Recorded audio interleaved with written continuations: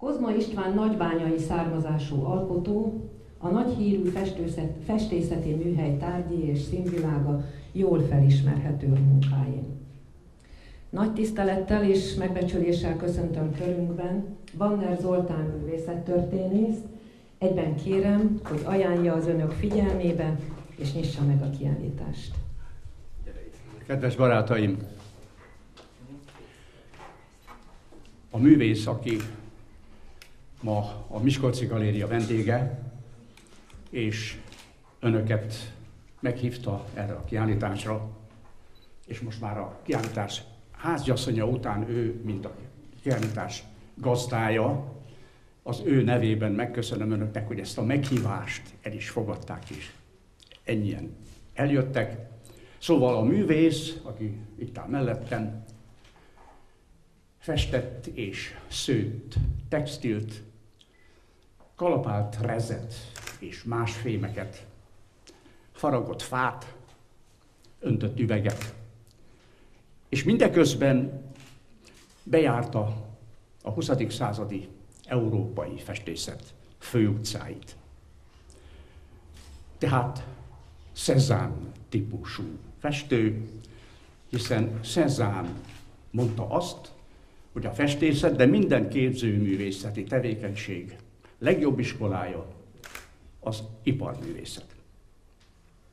Van azonban egy másik iskola is, amely Kozma művészetének ezt a kaleidoszkópszerű ragyogását, forgatagát, áttűnésességét meghatározza, ez pedig a erdélyi magyar művészeti kultúra évszázadai. Annak a hagyománynak és meggyőződésnek az iskolája, hogy az alkotótevékenység nem csak játék, rang, dicsőség, szórakozás, hanem mindenek előtt önvédelmi reflex. Sőt, önvédelmi kötelezettség. Nem vagyok túl divatos azzal a meggyőződésemmel, hogy a művész bármit tesz, illetve akarja vagy nem akarja, mindig egy közösség, mindig egy életforma, mindig egy sors képviselője és hordozója. Különösképpen áll ez az 1920 óta önmagára utalt erdélyi magyar művészetre és művészre.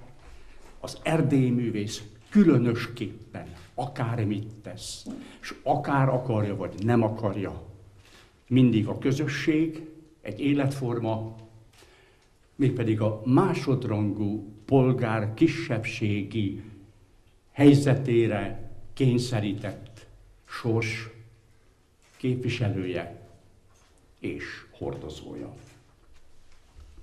Nos, mivel a magyar művészet egyetlen magyar művészet van, ezért az erdélyi művész, így Kozma István éppen ezzel a tudatos vagy tudat alatti felelősségvállalással járul hozzá és gazdagítja a magyar művészet identitását, tehát önazonosságát. Igenis, a magyar művészetnek kell legyen önazonossága. Ugyanis ha van még európai művészeti köztudat, nem vagyok benne biztos, félek, hogy nincs. Ha mégis van, legalább néhány nagy szellem és gondolkozó ember formájában, akkor ők éppen ezt várják tőlünk. A magyar formát, ami nem más, mint a magyar lélek és gondolat eredeti, hiteles formája. És akkor úgy bevezetésként szeretném leszögezni, hogy Kozma István művészete magyarul szólal meg, magyarul ölt testet benne az európai művészet örök feladata, vagyis az értékőrzés és értékteremtés hivatása. Van egy régóta érvényes művészetfilozófiai elképzelés, hogy tulajdonképpen az emberi lélek és az ember két arca szerint a klasszicitás és a romantika, a ráció és a szenvedély váltakozása határozza meg a művészet történeti korok egymás utániságát. Nem akarok sok időt elvenni magamnak, hiszen mindannyian állunk és meleg van, de csak nagyon röviden mondanám ezt a kis fejlődés történetet, hogy ezt szemléltessen például mondjuk a római művészettől kezdve, amelyik a lehető legracionálisabb művészet volt, hiszen a nagyvárosok művészeti kultúráját teremtette meg a vízvezetékekkel, az építészettel, a gyakorlati művészetével. Amikor megjelenik a kereszténység, akkor a szenvedély, a romantika válik a művészet legfőbb meghatározó elvévé. A gótika szétroppant mindenfajta klasszikus formát és törvényt. Erre megjelenik majd a reneszánsznak a klasszicitása. Újra a ráció szerint, bár ugyanazt a hitet, de mégis sokkal észszerűbben és bizonyos törvények mentén próbálja érvényesíteni. Aztán jön a barokk, az ellenreformáció, a tudományos felfedezések korszaka, megint egy romantikus korszak. A 19. században már a századon belül az új klasszicizmus meg a romantika váltja egymást, úgy 50-50 év távlatban, illetve tartamban. A század végére pedig megjelenik a szecesszió, amely szeretett volna megszabadulni ettől a váltástól és ettől az egész klasszikus hagyománytól, a boltívektől és a pillérektől és az oszlopoktól és a mindenfajta 2000 éves meghatározottságtól, és minden nemzet elment egy kicsit álmodozni, primitív, vagy legalábbis színes és még saját temperamentuma szerint élő népművészet felé. Mi magyarok voltunk ekkora kedvezményezettek, hiszen nekünk még élt a saját népművészetünk, és Malonyai Dezső könyveitől kezdve aztán a gödöllői szecessziós művésztelepig mi egy olyan szecessziót valósítottunk meg, hogyha nem jön az első világháború, akkor talán nem White-nak, az amerikai építésznek a kubusház stílusa terjed el a világon, hanem Kós Károlynak a középkori és népi építészet elemeiből szőtt, csodálatos stílusa, persze Lechner Ödönnel együtt. A 20. században viszont a 20. századon belül alakul ki egy új antimónia, az ellentéteknek egy új váltakozása, illetve előfordulása és polarizálódása az analitikus és a szintetikus művészeti attitűd között.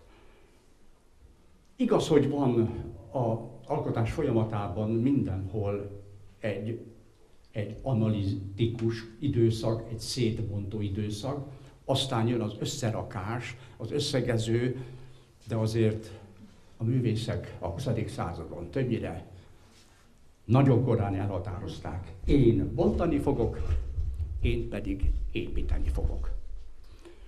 Nos, a kortárs európai és magyar festészet egyik legizgalmasabb és legjelentősebb szintetikus alkotó művészeivel találkoznak ma, amikor Kozma István kiállításán jelen vagyunk. Ennek a szintetikus, összegező látásmódnak és nyelvnek 3 forrása és alapeleme van. Az első Nagybánya mint művészettörténeti idő- és térdimenzió. Hangsúlyoznám, bármennyire fölismerjük majd a nagybányai épületeket, már azok, akik jártak Nagybányán, a református templomtól kezdve a pénzváltóig, és a kicsi házakig, és a Virághegyig, és a Kereszthegyig, nem ez a lényeg. A művészettörténeti tér- és idődimenzió. Őt az érdekli Nagybányában, amit Nagybánya hozott a magyar festészetnek, és az, hogy ezt hogyan hozta. Ez az első forrás és elem. A második forrás és elem a szecesszió, mint festői és grafikai kalligráfia, kézvonás, rajzi tuktus, hogy úgy mondjam. Mert a szecessziót már nem lehet sajnos föltámasztani, de utóélete van. Például Makovecnek az organikus építészete. És akkor miért ne legyen a festészetben egy utóélete, például Kozma képein, ehhez majd még visszatérünk. És a harmadik forrás és elem, az pedig azoknak a személyes és manuális tapasztalatoknak az összessége, amellyel ő a népi kultúrában elmélyedt, és megtanulta azt, hogy a legegyszerűbb mértani, vagy éppenséggel szerves, természeti, mondjuk virágelem, soha nem üres dekoráció. A népművészetben minden motívumnak, minden elemnek jelentése van. Méghozzá az ember életével kapcsolatos, döntő jelentőségű, élet, halál, szerelemmel kapcsolatos jelentése van. Na most, ha mindenképpen mégis szét akarnánk bontani ezt a szintézist, amelyet én ebből a három elemből látok összejönni, megvalósulni, ha mindenképpen szét akarjuk bontani, tagolni, csoportosítani azokat a képeket, amiket már jó részt megnéztek, ezután majd még figyelmesebben nézzék meg, akkor azt mondhatnánk, hogy van egy vonulat, amelyről azt mondhatnánk, hogy álomképek a városról, az A is nagybetűvel, a V is nagybetűvel, vagyis Nagybányáról, de hát egyszerűen Kozma nem ismer más tájat, nem ismer más színhelyet, csak Nagybányát. Ha véletlenül máshol fest másat, az is Nagybánya. Egy másik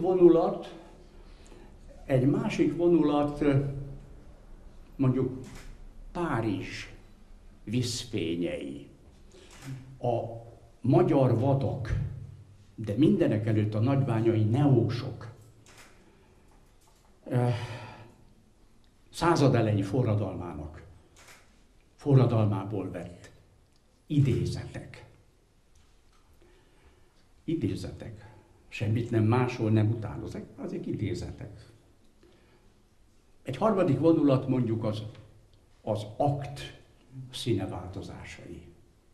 És itt sem arról van szó, hogy modelltől az akt, vagy hogy őt most az érdekelné, hogy ki a legszebb nő Egerben. Ezek az aktok tulajdonképpen esztétikai élménypárlatok. Igen, ott van mögöttük a hajdani élet, a hajdani tapasztalat, a hajdani szerelem, a hajdani nők. De ezek, amiket ő megfest, ez festészet, ez nem riport, tehát ezek esztétikai emlék és élménypárlatok. És mondjuk van egy vonulat, amiről azt mondhatnánk, hogy dekoratív absztrakció, de hát ebben is vannak fejek, vannak alakok.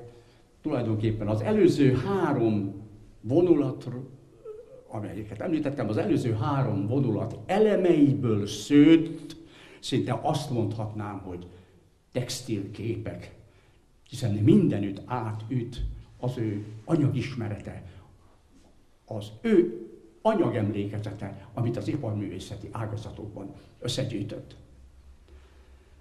Tehát, kedves barátaim, így, ahogy most csoportosítottuk és tagoltuk ezt, rögtön így, ahogy van, el is kell felejteni. Ennek nincs érvénye tulajdonképpen. Hiszen a magyar nyelvet sem azt szerint tagoljuk, hogy miről beszélünk. A magyar nyelvet a nyelvtan tagolja. A magyar nyelv egy megbonthatatlan organizmus. Kozma István festői nyelve egy megbonthatatlan organizmus, amely szinte automatikus írásként szövődik az egész életműben, képről képre. Leginkább Bartók zenéjével rokonítanám, aki ugye a magyar és a keleti népek ötfokuságából megteremtette a maga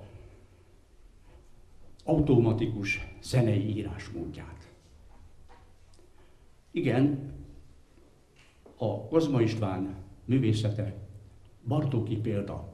Nem azt mondom, hogy az egyetlen, hogy most ő végre sokak után ezt megvalósította. Vannak magyar művészek, akik ezt célul tűzték ki, és valamilyen módon rá lehet mondani, hogy igen, körülbelül afelé tendáltak, amerre Bartók, esetleg csak az eredményt nem érték el.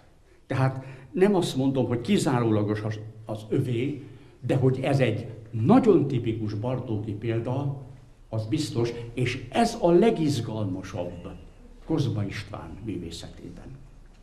Ugyanis ő nem témákat, motívumokat, eseményeket, tárgyakat, tehát nem a valóságot avatja festőivé. Ő a festészet nyelvéből teremt egy új valóságot. Számára a 20. századi magyar festészet nyelve az, ami az ő valósága, és azt végtelenségig lehet variálni. Ezt persze ugye bizonyítani kellene, ezt fogom megpróbálni a róla nem sokára írandó monográfiában. Addig azonban, és attól függetlenül, hogy én majd mit fogok írni, ő az, aki. És önök a saját megérzésükkel most érzékelhetik, hogy ki ő, hiszen a 3 pillér, Nagybánya, Szecesszió és a népművészet pillére kiemelkedik, kirajzolódik annak a festői óceánnak a tükrén, amelyen Kozma oly szabadon és kifeszített vásznakkal hajózik. És mindenki ahhoz a cölöphöz kötheti képzeletét, ahogy nézi a képeket, amelyiknél legszívesebben időzne el. Ugyanis, hát, ha már elvették tőlünk az Adriát, a mi tengerünk a magyar festészet. És a mi tengerünk a magyar zene. És a mi tengerünk a magyar film. És a magyar népművészet. És egy népnek a szellemi tengerénél nincs értékesebb hagyomány és örökség. És mi örömmel kísérjük figyelemmel Kozma István kincskereső hajózását szellemi térkép állomásai között. Ezzel az örömmel nyitom meg Miskolci kiállítását.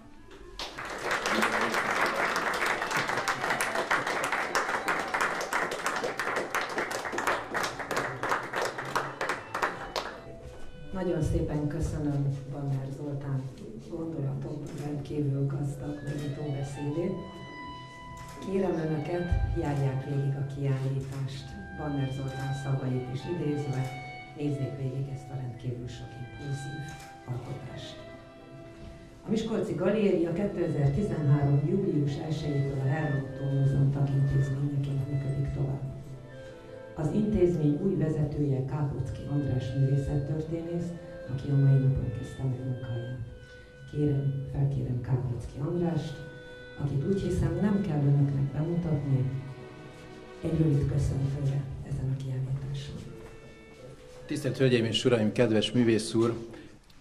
Én azért kértem, és köszönöm szépen a türelmüket, hogy meghallgatnak, azért kértem szót, mert úgy érzem, hogy a Miskolci Galéria több mint 40 éves fennállásában ez egy lényeges változás, ha belegondolnak, és szeretném önöket, a képzőművészet barátait, Miskolc, a galéria ismerőit, szeretőit arról biztosítani, hogy további munkánk szintén azon fog munkálkodni, a hagyományok mentén. A kortárs képzőművészet tisztelete, szeretete, kiszolgálása mentén, ahogy eddig is. Ahogy Banner Zoltán művészettörténész mondta, hogy Kozma István művészete egy esztétikai élménypárlat. Ha szabad ezt a hasonlatot továbbvinni, akkor a Miskolci Galéria ennek a párlatnak az a szép pohara, butellája, ami segíti bemutatni, megérteni ezt a művészetet. És szeretném önöket még egyszer erről biztosítani, hogy ezt tovább fogjuk vinni. Szakmailag, és remélem pénzügyileg is. Köszönöm szépen, és köszönöm Kozma István festőművésznek is, hogy eloszta a képeit, és köszönöm, hogy meghallgatta. Gratulálok!